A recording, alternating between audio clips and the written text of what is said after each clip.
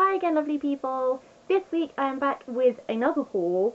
This time it's the graphic novel edition slash comics. I'm pretty sure most of them are graphic novels though. So, diving straight in.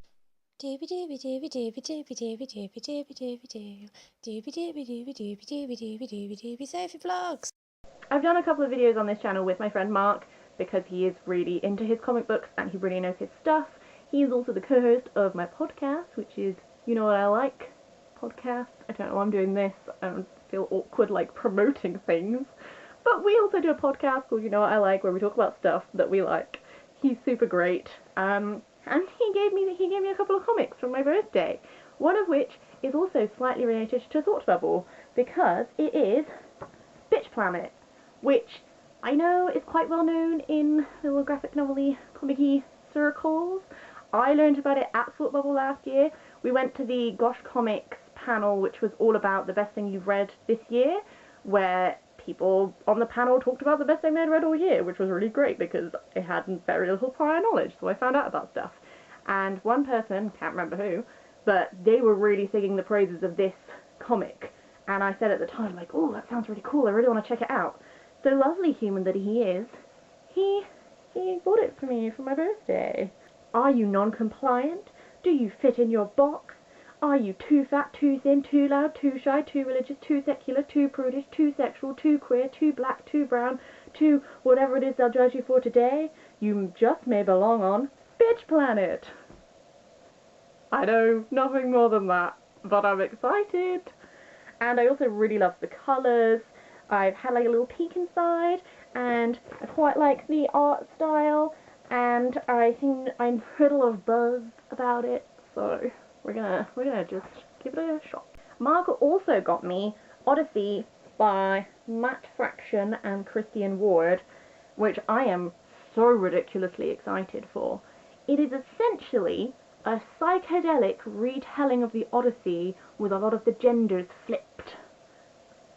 Already, this is my cup of tea. The plot summary reminds me a little bit of Love in the Time of Global Warming, because again, that was sort of like an Odyssey revisiting with genders switched around and that sort of thing. I haven't massively looked through this because I really don't want to spoil anything, but I will just show you like how gorgeous is this art. I love all of the colours. I love the fact that it's like set in space and off to far Ithaca. I just love, like, it makes so much sense to transport the Odyssey into space because it's all about like this journey which should take you like maybe a month or something. Takes 10 years for him to get back because he's off flipping pissing off gods and getting lost and being held captive by like goddesses and stuff, and it makes so much sense to put that in space. I just feel like it's gonna work so well, and like psychedelic means it's gonna have all of these gorgeous colours in it, and just I like things that play around with gender and how if you change gender, like how does that change the dynamic of things, and just I feel like this is just going to be cool, like so cool. Wired described it as a trippy, gender-flipped version of Homer's Odyssey hurtling through space on psychedelic science fiction wings. And like, I am here for everything about this. I'm so excited. Probably a review to come. The next 3 comics come courtesy of my friend Hazel, who I would just like to send a massive, huge thank you to because they'd finished reading them, so they sent them to me, and just thank you, Hazel, you were super fab and appreciate it. First up is one that I have read, which is Lost at Sea by Brian Lee O'Malley. The art is not super complex, like whereas Odyssey is like this burst of psychedelic colour. This is all like black and white, like this sort of, you know, fairly simplistic, it's not super realistic style, but I really liked it. It's all about the main character Raleigh, who doesn't have a soul, or she doesn't think she has a soul, and she's sort of going on this road trip with these 3 people from her school who she doesn't really know very well, and all these cats keep popping up everywhere, and she's sort of dealing with like sort of like an existential crisis really. But it was just really lovely. I sped through it in one sitting because it's so easy to read, and I just really wanted to include it just to like recommend it really, because it was just a really enjoyable little read and I really liked it, and I'm really interested to read more that Brian Lee O'Malley has done based off of it. Next up is A Distant Neighborhood, Volume 1 and 2. This is about a guy set in Japan, and it's about a middle-aged guy who, as far as I'm aware, he goes to visit the cemetery where his mother is buried, and then he like is transported back into like his child self, but he still has all of the memories of being an adult. So I think it's like that sort of, if you could go back, what would you change? How does what you change affect your, not present, but like your future? Like, is he predestined to meet his wife and marry his wife? Or if he changes enough stuff, will they never meet? And what is preferable? Would he rather change this stuff from his childhood and never meet his wife, or would he rather keep all that rubbish stuff and keep his wife? So that's all I know.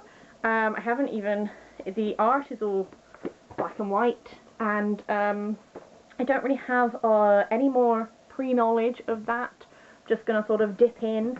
I'm really interested to see how it does handle that, because it's, I mean, kind of is time travel, except I don't know how he's going to get back again. Does he just have to, like, fully live through his life? I have so many questions.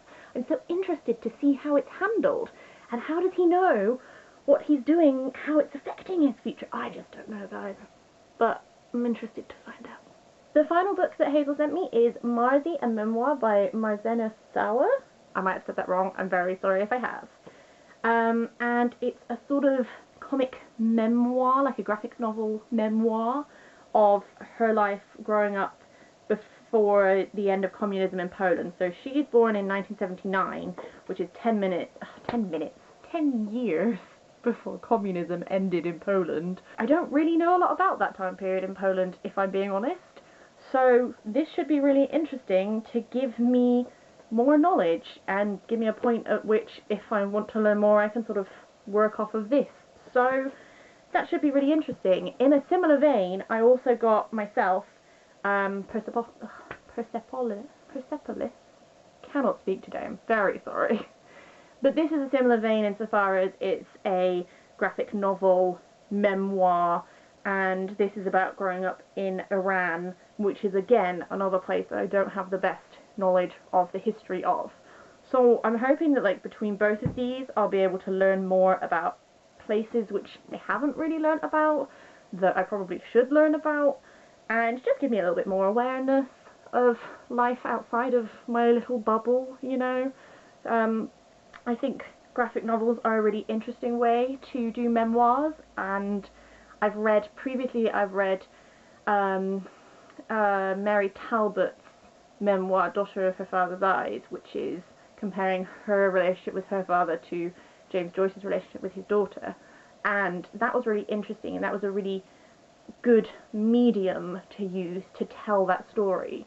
So I think this is going to be the same, and I've heard a lot about Persepolis, so I'm really looking forward to getting my teeth into those and reading them soon. That is it on the graphic novel front. That's just my little collection of things to work through. If you have any graphic novel recommendations, I would really appreciate them. Again, comics and graphic novels is an area that I'm really interested in. I just haven't super duper explored myself, but I'm hoping to like get to know more things. Like I'm using the library more, and they have a really good graphic novel section as well, so I'm exploring, essentially. If you have any thoughts on any of the comics I've mentioned, that would be really lovely to hear. And other than that, I will see you next week.